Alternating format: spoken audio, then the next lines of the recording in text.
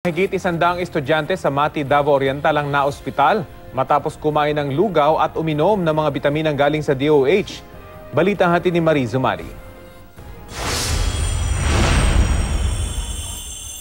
Nahilo at sumakitan siya ng 123 estudyante ng Lawigan National High School sa Mati, Davao Oriental. Isinugod sa ospital ang mga estudyante na puros mga babae.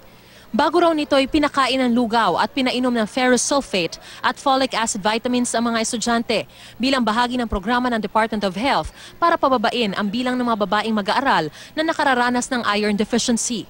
Ilang minuto lang daw matapos nilang inumin ang bitamina, nahilo ang mga estudyante at sumakit ang tiyan. Inaalam pa sa ngayon kung ang lugaw ba o ang bitamina ang nagdulot ng pagkakasakit ng mga bata.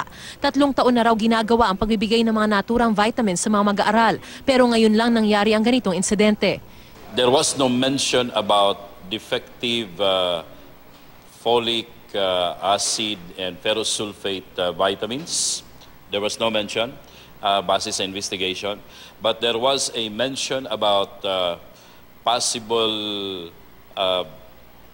problems on food intake. Sa huling report ng Davao Oriental Provincial Medical Center, 77 estudyante na ang na-discharge at binigyan ng home medication.